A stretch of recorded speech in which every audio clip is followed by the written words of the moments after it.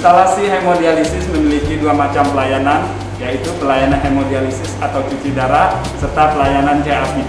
Instalasi hemodialisis Rumah Sakit Ade Muhammad Jut Sintang melayani 4 kabupaten, yaitu Kabupaten Sintang, Kabupaten Melawi, Kabupaten Skadau, dan Kabupaten Kapuas Hulu.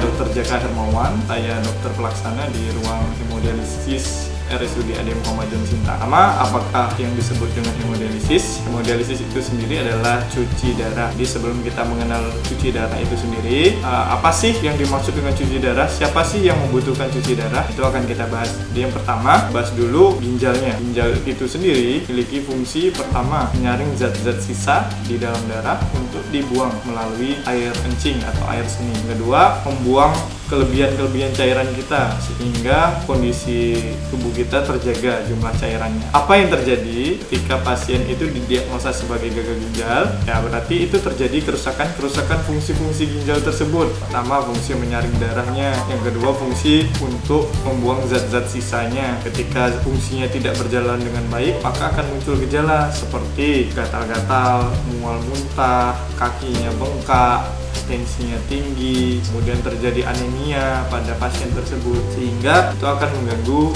kualitas dari pasiennya itu sendiri. Di Rumah Sakit Ade Muhammad Jut Sintang, kita memiliki fasilitas penanganan pada pasien-pasien dengan gagal ginjal kronis stage 5 seperti hemodialisis dan CAPD.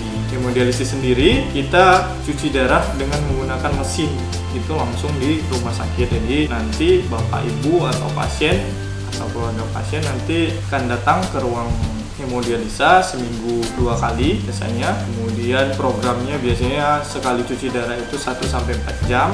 Jadi diprogramkan setiap minggu bapak harus wajib hadir di ruang cuci darah. Kedua, ada juga yang namanya CAPD. CAPD itu adalah cuci darah melalui rongga perut. Jadi sebelum cuci darah biasanya pasien itu dilakukan dulu operasi di perutnya, dipasang selang, kemudian dimasukin cairan-cairannya ke perut. Nanti dicuci, kemudian sehari itu bisa sampai 4 kali cuci darah. Cuman durasi cuci darahnya lebih sebentar, dia biasanya cuma 15 menit seperti itu, dan dia lebih fleksibel.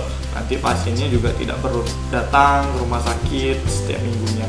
Nah, untuk hemodialisis kita kembali lagi, itu manfaatnya apa sih? Kalau untuk hemodialisis, ya ketika hemodialisis itu atau cuci darah itu fungsi ginjal digantikan oleh mesin.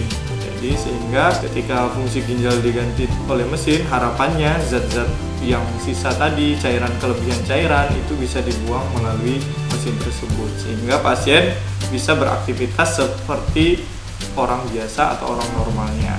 Apa yang perlu diperhatikan dalam menjalani cuci darah atau hemodialisis? Yang pertama, harus disiplin. Disiplin itu dalam arti ya kita harus datang sesuai dengan jadwalnya. Yang kedua, kita harus membatasi cairan. Karena pada pasien-pasien gagal ginjal, cairan itu dijaga agar tidak berlebih sehingga kualitas pasien juga membaik. Kemudian yang ketiga, untuk nutrisi. Jadi pola makan kita akan didampingi oleh ahli gizi dari rumah sakit. Nanti akan dijelaskan makanan apa yang boleh dimakan, makanan apa yang tidak boleh dimakan. Kemudian yang keempat, rutin untuk kontrol terkait penyebab dari gagal ginjal tersebut. Misalnya penyebab gagal ginjalnya penyakit diabetes atau hipertensi. Nah, obat-obat tersebut harus tetap dilanjutkan.